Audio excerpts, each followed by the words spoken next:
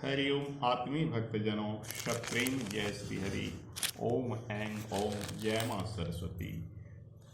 आज ही माघी पूर्णिमा श्री संत रविदास जी की जन्म दिवस है। उन पर मां सरस्वती की कृपा थी। कहने के तो वे गंगा के उपासक थे, लेकिन कोई किसी का उपासक हो, जब उसकी वाणी सिद्ध होती है तो हम उसे सरस्वती की कहते हैं, क्योंकि जीवा पर सरस्वती का वास होता है। जाति के चमार थे, जिससे आज तो नहीं लेकिन तत्कालीन भारत में छुआछूत की प्रथा थी। लोग उससे छुआते थे, लेकिन ऐसे होने के भी कारण वो ब्राह्मण से भी ज्यादा पवित्र थे और उस समय के जाने माने हस्ती मीराबाई, जो राजघराने से थी, उसके गुरु थे। कहा जाता है कि मीराबाई जब भगवान श्री कृष्ण की मंदिर की स्थापना करवाई तो संत रविदास के हाथों से उन्हें बंदी बना लिया गया। क्षत्रिय राजाओं ने उन्हें बंद कोठरी में कर दिया और ब्राह्मणों के लिए खुला छोड़ा कि तुम उससे कराओ, लेकिन मीरा ने कहा नहीं, मैं अपने गुरु से करवाऊंगी। तो रविदास बंद काल कोठरी से उनमें ऐसी शक्ति थी कि प्रकट होकर कृष्ण की स्थापना करवाए।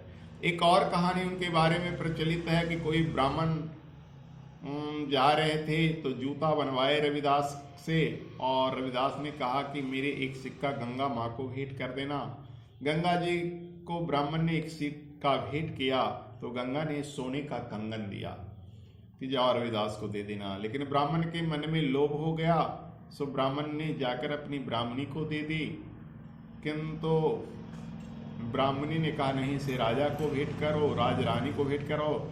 राजरानी को भेंट किया तो राजरानी ने कहा कि उसका जोड़ा चाहिए। राजा से कहा, राजा ने प्राप्त किया कि इसका जोड़ा कैसे मिलेगा, तो पंडित जी को कहो। पंडित जी ने कहा कि भाई ये तो गंगा जी का दिन है, तो गंगा जी कोई दिन है तो संत रविदास ही प्रकट करेगा कि मैं भी प्रकट कर लूंगा। पंडित को अपने पर अहंकार था, एक सिक्का दिया गंगा माई को और कहा गंगा जी इसका जोड़ा चाहिए, लेकिन गंगा ने नहीं दिया।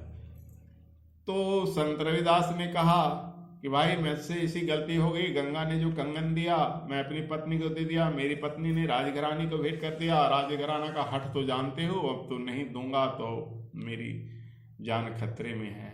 तो कहा सोचो मत, मैं गंगा को ही प्रकट करता हूँ। संत रविदास ने उस चमड़े की कठौती में जिससे जूता धोता था ना, उसी में गंगा का आह्वान किया, माँ गंगा, पंडित जी को एक कंगन की जरूरत है, तुम प्रकट होकर उसका जोड़ा प्रदान करो। कहते हैं कि उनकी वाणी सरस्वती इतनी सिद्ध थी कि उनकी जीवा से बस इतना निकला कि माँ गंगा प्रकट हो। ये सरस्वती की शक्ति है कि जिसकी जीवा में देवों के आवाहन करने की शक्ति होती है, जिसका जीवा में सरस्वती विराजती है, उसी भी किसी भी रूप में तुम चाहो तो भगवान को प्रकट कर सकते हो।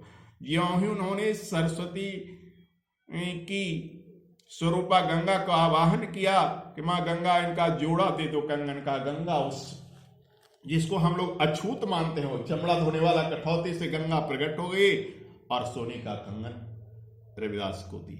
रविदास ने ब्राह्मण को प्रदान किया, ब्राह्मण लेकर राजा को दान किया। तो ऐसी कथा है रविदास के बारे में। उसी वक्त से कहा गया मन चंगा तो कठौत में गंगा। एक जो लोकोक्ति है उसी वक्त से आया कि तुम कितना पूजा पाठ करो, अगर मन में तुम्हारी कालिमा है, किदौड़ी है, मन में बुराई भरा हुआ है, तो तुम्हें भगवान प्रकट नहीं होंगे। अगर मन तुम्हारा चंगा है, मन में सरस्वती का वास है, जीवा पर सरस्वती का वास है, तुम कहीं भी बुरे लोग के बीच में भी रह जाओ और तुम्हें बुराई छू नहीं सकेगी। तो ऐसे थे मां सरस्वती के कृपा पात्र संत रविदास। इन्हीं वाणी के साथ एक छोटी सी प्रस्तुति, जो बहुत अच्छी प्रस्तुति है। भाइयों, ऊंच नीच जाति प्रथा कुछ नहीं है। मन को पवित्र रखो और भगवान को प्रकट करो, किसी से छुआछूत मत करो। तो जैसे संत रविदास को गंगा मिली, वैसे तुम्हें भी मिलेगी। माँ सरस्वती तुम्हारी जीवा पर विराजे, इसलिए सरस्वती का ओम ऐं ओम जपो और फिर किन्हीं भी देवताओं को आवाहन करो, वे प्रकट हो जाएंगे। हरिओम, ओम ऐं ओम। जय माँ सरस्वती, जय माँ गंगे। हरिओम।